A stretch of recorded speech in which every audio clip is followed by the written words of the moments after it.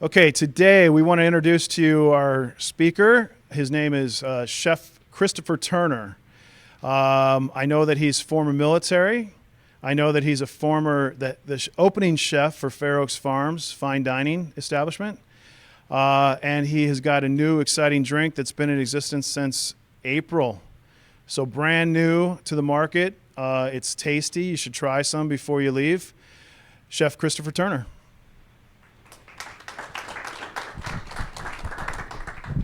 Good morning, everybody. I'm, again, Chef Christopher Turner. I'm the founder and president of ZOFI Kombucha, sparkling fermented elixir. How many here are familiar with kombucha? Several people. Excellent. Great opportunity to educate more people about it. That's one of the beauties of my business is educating people on exciting new beverages that are healthful. So these are our two products, our two flavors of ZOFI Kombucha, Love Potion 1 and Love Potion 9. Broad experience in the restaurant and hospitality industry had taught us that the best brands nourish mind, body, and spirit. Over a couple decades of working in the food industry, I recognized that we had stopped utilizing real food in our food supply, and so I decided to launch a brand that was about real food. So we are scientifically and creatively formulated utilizing an ancestral fermentation process. This process actually existed 5,000 years before I was ever around. I just adopted it and designed it for bioavailable nutrients. And some people are like, what does that mean? It means that your body can actually absorb the nutrients that are in the product. There are no preservatives, colors, any additives in our product. Again, real food. And we do pasteurize our product, and I can explain that a little bit later on, the reason for that. We're extremely low in sugar and calories. There are 12 grams of organic evaporated cane juice in our product, real sugar, real food, and there are 47 calories in our product for people that are looking for low-calorie beverages. We have about a 12-month shelf life, and we are completely 100% non-alcoholic. And some people say, well, why do you say that? Because other kombucha brands do have alcohol in it.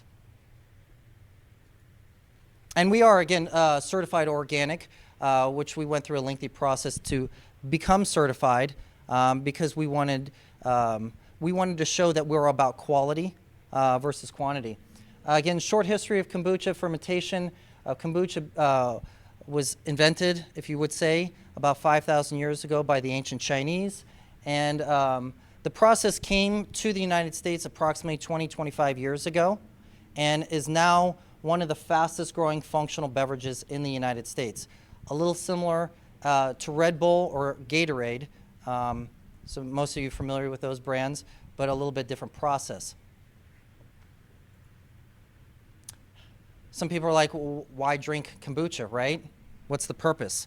Well, I believe, again, benefit is really important when consuming food, and the benefits in our product are we're a high source of antioxidants, which people understand what that means, I believe. We are a natural source of energy. There's not a lot of caffeine in our product, but we have lots of vitamins through B1, B2, B6, B12, and vitamin C. We're also known for detoxifying. Your body can flush out through the water and the black tea that are in our product. There is also digestive benefits. We are normally anti-inflammatory. Most people understand the benefits of fighting inflammation, also antibacterial, and again, bioavailable nutrients. Your body can absorb what's in the product. So here's a little bit about the market currently. Kombucha is an international product. A lot of people in the United States still not very aware of it, but the United States holds a 39.4% market share. And in the United States, we are projecting year over year 25% growth. And anybody who understands the beverage industry, usually growth is about 10 to 15%. And here's what the soda industry is doing right now, negative 5% currently. So amazing opportunity for a segment. And again, we exist in the ready-to-drink category in the United States. Here again is our Love Potion 1. And what is Love Potion 1? It's a method of giving more love. And it's what we consider a more traditional style kombucha. And then my favorite, Love Potion 9, strawberry, lemon, and vanilla. Again, non-alcoholic fermented, replenishing, detoxifying, and I believe, because I'm a chef with 25 years of experience, to be delicious. So here you can see us on the shelf, and we do come in a 24-pack. We're actually preparing to go to a 12-pack because retailers have asked for that. We currently are in approximately 45 different stores, a variety of retail and on-site, if anybody's familiar, on-site versus off-site. We are calling on a company called HEB. If anybody's familiar with HEB, they're a large grocer out of Texas. We're also preparing to call on Kroger's, the largest grocer in the United States.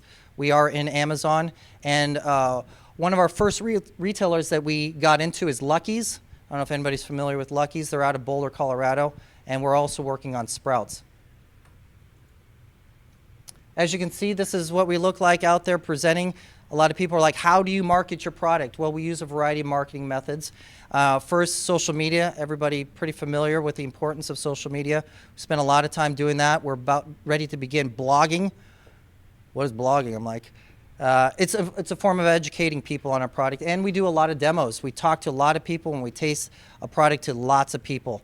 You know, we believe in talking to people, meeting people, and educating people on the product. Here's myself again, 25 years as a chef. So I have true experience in the industry, most of it being in the food and beverage. I worked for an amazing company. Some of you might be familiar with Fair Oaks Farms and what Fair Oaks Farms is about. They're about real food. I happen to have the luxury and opportunity of working not side by side, but kind of behind Mike McCloskey, observing, watching, and I got to see kind of the insides of Fairlife. So people are like, well, what are you doing here? Well, here's what we're looking for. We are looking for an angel investor. Currently, we did tie up an SBA line of credit, and we've established a number of lines of credit, which we know will last us for the next 3 to 6 months, but we're looking for an angel investor who understands the beverage industry, will help us to get to the next level. We do know that we're going to need additional funds over the future. I have evaluated my business at $1 million. Currently, we have $20,000 in sales after 6 months of being in business, but we've been going one-on-one. We are preparing to actually start getting into 15 stores and 100 stores at a time. One of our big exciting ones is a chain in Las Vegas called Terrible's. It's a gas station, and they go through lots of kombucha. Another quick one is Central Markets in Dallas. They're currently selling $300,000 a week in kombucha. That's $1.2 million a month in kombucha sales alone. Thank you very much, everybody. Again, I'm Chef Christopher Turner, the founder and president of ZOFI Kombucha. So we're going to open it up to questions, but before we do, repeat the question because they can't pick up their question. Oh, Yeah, you can either hand them the microphone or whatever, if you guys don't mind. If you're near the front or whatever, we'll hand you the microphone. Otherwise, he'll repeat it. I got a question. I'll Yes, just sir. give you the first one. How'd you get on Amazon? very lengthy process. I applied. I went straight to the Amazon's, it's called Vendor Express, and there's a lengthy application process. It actually took me about a month to apply, and they sent me a request for my product. I sent it up to them, and we're currently on. We haven't seen a lot of movement yet, but it's a tweaking process. And why $1 million on evaluation? Repeat the question. If you're ready. Well, I've gathered a number of mentors in the beverage industry, and we understand that the beverage industry is based on projections. So we project by the year 2019 to do $1.4 million. Christopher, I'm sorry to add. Go ahead. The $1 million, what are you going to use that for? So one of our biggest hurdles is marketing. It's getting the message and the brand to people. and that requires money. Also, a number of the other things that exist for us is inventory. There is a gap in time between purchasing inventory and actually money getting back. It usually is about 90 to 120 days, so it ties up our cash very quickly. And we're also, right now, the business is me, myself, and I. Everything that I do, I outsource. We've outsourced accounting, we've outsourced marketing, we've outsourced branding, we've outsourced pretty much everything, which, you know, costs. I am not looking for a salary at all. I have no desire to actually make money at this moment on it. I hope that I will make money maybe year 4 or 5.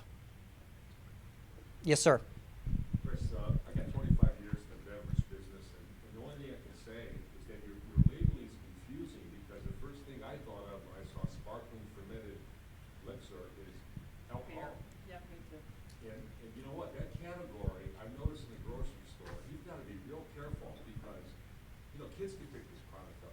Some of these labels, they're not clear. Is it Yeah. alcoholic, is it not non-alcoholic? Because a lot of it looks like Pop Pops. Yeah. You know. So, and we do know that there is a lot of educating around our brand that we have to do. We've thought of tweaking the label a little bit, but we do on the label, and I'm willing to pass around right on the back on the benefits, it says non-alcoholic. You don't see the store, you see the front. Yeah. I There are some hurdles that we understand, and we're working on them. Have you talked to distributors? Do you have? We have. Yeah, we do a lot of tasting. We have actually 4 distributors currently, 2 in Kentucky. There's 2 in Missouri as well. And there's also one in Southern Illinois. Nobody here though. Not yet. We're working on it. We've talked to actually several different distributors. It's a process, as you probably understand. Retail on this price? Right now, about $3.99 A bottle. a bottle. Yep. That's the going rate. I mean, that's, yes, ma'am. Where do you do this out of? Where do I manufacture it? Yes. I manufacture it in St. Genevieve, Missouri. So my business is out of Louisville, Kentucky, but we manufacture in St. Genevieve. And the way I design my product, I can actually manufacture pretty much anywhere utilizing co-packers. Yes, ma'am. Who is your target audience? Is it health-oriented people, athletes? So our specific target market is women between the age of 25 and 60.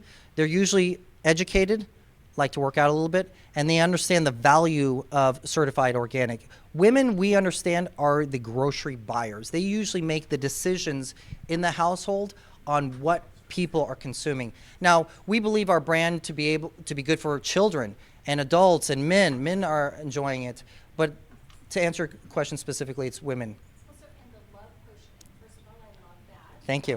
But is there some kind of benefit that one experiences?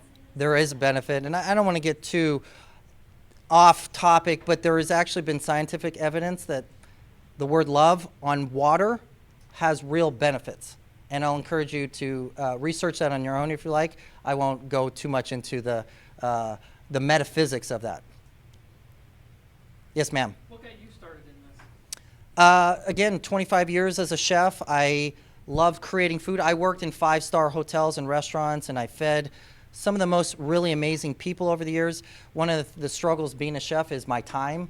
I spent hours and hours and hours of my time working. So what I wanted to do is figure out a way to actually feed more people with less time. So the way to do it was through building a product that I believed in and I trusted and I loved. How'd you get started, though? I mean, How'd you find out Yeah, about it? how'd you build your recipe and get it modeled? So real quick, just the experience of it. I actually quit drinking alcohol 11 years ago. And prior to that, I loved the experience of drinking alcohol. Alcohol and I do not mix well at all.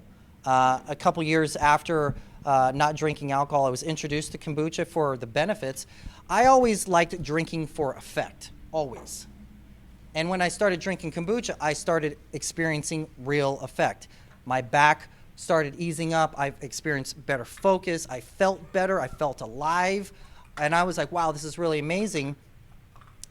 It took me about 9 more years to actually have the idea. I actually had the idea last August, and I was contemplating ideas and thoughts, and it came to me that I wanted to build a kombucha brand. I remember I was in the shower, and I yelled out to my wife, I want to do kombucha. And she was like, what are you talking about? And I presented the idea to her, and actually met some friends for dinner that night, and I had an idea, and I sat down with some friends, and they're like, I think you might have something. And so what I did is I started ordering tea from around the world, and you should have seen my kitchen in like September of last year. I had gallons of kombucha. I had gallons of kombucha in my kitchen, and I knew that there was an issue. And the main issue that I found in the beginning was consistency. As a chef, there's one very important factor, and that's consistency. And I found that many of the other brands that existed on the shelf were not consistent. If you open up and taste other products, you'll find that not everyone opens up the same. Some of them will explode. Some of them have traces of alcohol. It's questionable how much alcohol in there. And I've even found that from one bottle to the next, they taste different. So I literally hired chemists and biologists to actually help me with formulating a product that is 100% consistent across the board. And as this gentleman probably knows, scalability in the beverage industry is a really important factor. And when I was brewing and fermenting in my kitchen, I was like, how do you scale with this? I was perplexed. So that's where I found scientists. Yes, ma'am. This seems like a great product for like a Whole Foods or a It is. Trader Joe's. Yes. Right? You find there's competition? Is there another brand that's doing the same thing as you? There's only one other brand out there that does specifically what we do, and they're actually a $50 million business. They're called Kombucha Wonder Drink. One of the largest competitors that we have is worth about $350 million right now in the United States. There's a major opportunity where we've departed from all the other brands is taste, shelf stability, and being a sophisticated brand. So we're really focused on brand. Brand, brand, brand, brand, brand. And then educating people about the product through probably proper labeling and proper marketing and proper messaging of our brand. Yes, ma'am. Is there somewhere around here that we can purchase this? Actually, you can purchase online currently in this area. Not yet. We actually launched nationally in Chicago. One of the things that we were not prepared for is distribution in the area, so we hadn't established distribution here yet, but we're working on it. We do plan to be in 50 states over the next couple of years. Yes, sir. What's I am a holistic financial advisor. My experience is a lot of people's physical, financial, and mental health. I don't think relate to that. And to a fresh experiment on me. And although I'm only 73, I'm my next 40 years. You look fabulous, by the way. But in fact, I'm going through a detox this week. I started on Thursday with the seed flush. Okay. I'm doing it 4/7, 3 days out of each week and stuff. But try to be limited. Kombucha is one of the many holistic products I've used over. I'm not going to medically doctor now for 34 years. That's amazing. There's a holistic solution to every disease out there. I believe that. So this gentleman brought up an amazing topic, and these are things that I've been involved in. So the way I designed this brand and our product was for, again, scalability and mass distribution. So many people are aware that the major brands, we're talking about Coca-Cola, Pepsi, Dr. Pepper, combined those companies are worth over $100 billion a year in sales. Those companies do not do R&D for product anymore. What they do is they buy brands. And again, I mentioned the soda industry, 5% loss every year in sales. What Coca-Cola is doing and Pepsi and Dr. Pepper are looking for the new brands. Yes, sir. Christopher, I want to kind of get back towards a discussion on your plans to bring an angel investor and what that means. Like, what are you trying to raise? So right now we're looking for $100,000, and we're prepared to give 10% of the business. But the money isn't really the most important thing for us at this very second. What's really important for us right now is the relationships. We need more relationships to go to the next level. Over the next 2 years, we need to break $1 million in sales. Most of you are understand the beverage business, it's lots of movement. We got to move lots of product to make that happen. Yes, sir. Money is very nice. So, 10% for 100,000. Yes. You got current sales of 20,000. You said it's selling at retail for $3.99. Yes. What is it? What is your cost? And Yep. What is your margin? So when we first launched, it cost us $1.25 to make a bottle. Our second run, we actually skimmed it down to $1.04, and our next run, which we're preparing to do this month, we've got it down to 94 cents. And so we wholesale approximately for $1.98, and we're approximately doing a 47% margin, which is very, very high. We understand.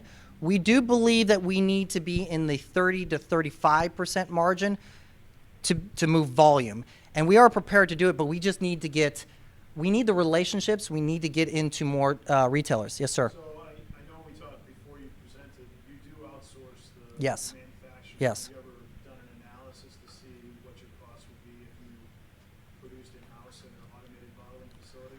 Well, one of the reasons why we did not is, again, I was a chef many years. I helped build Fair Oaks Farms kitchen. Tremendous effort. That kitchen, I won't say, but is very, very expensive. Very, very expensive. And I didn't have the funds initially to launch it, a manufacturing facility. A bottling line, a minimal bottling line can cost $500,000 in itself. And they're usually Italian made, so they're finicky. They break down often. When we manufactured, the system broke down twice while we were, and they had a guy mechanically working. I'm not prepared to do that. I would much rather just hire somebody and pay them, I pay them about 31 cents in my bottle to manufacture. So I'd rather actually just outsource it. And I have the capacity to find additional co-packers. We can find one in Florida. We can find one in New York. We have one in Las Vegas who's actually interested in putting us in a can. We actually would like to go in a can. So actually those funds that we're looking for will help us to do that. The challenge in that is we have to buy many, many more cans. So right now I can buy 1,200 bottles at a time. When I start buying cans, I got to buy 250,000 cans at a time. Yes, sir. How are you, as you look at your future, as you look at your growth, your explosion, your plans, how are you going to control your quality? Is there a lot of quality control that goes into your small batch manufacturing? There is. And a lot of it has to do with us being certified organic. So you niche out a lot of the weeds when you're certified organic because first off, the manufacturer has to be certified organic. Every single channel of our supply chain has to be based on a certified organic. Do you have enough raw Yes. components to get that market that you're looking for and keep that organic Yes. quality So, control? so again, we have a proprietary process, and we found somebody to actually produce that. And the first question I have, can you keep up with volume? And they're like, can you sell truckloads? I was like, that's what we want to do. So we, from the very beginning, knew that we needed partners that had scalability. So right now, they're actually doing us favors in dealing with the amount of volume that we're doing. We need to be doing truckloads. Yes, sir. Do you see the value of being, say, for example, co-packing in Indiana because of the fact that we're centrally located? Would that save your costs down the line? Of course, being out in Las Vegas or wherever, as far as logistically. Absolutely, absolutely. So when we talk about co-packers, we're looking for regional co-packing. One of the reasons why we're talking about Las Vegas is because we are really interested in that market. There's one hotel we've been calling on from the very beginning, and they do $600 million a year in food and beverage. That's actually about what the city of Louisville does in food and beverage, one hotel. So we are representing to that hotel in December, and I'm basically like, I will give you a pallet of this product just so we can get in, because the potential is massive. Massive. And we're right now got our foot in the door, as I mentioned, Terribles. They're interested in our product. When I say interested, this is their words. They support our brand. Now we need the distributor, which is called oh my gosh, I'm sorry. We're calling on the distributor, and they're interested.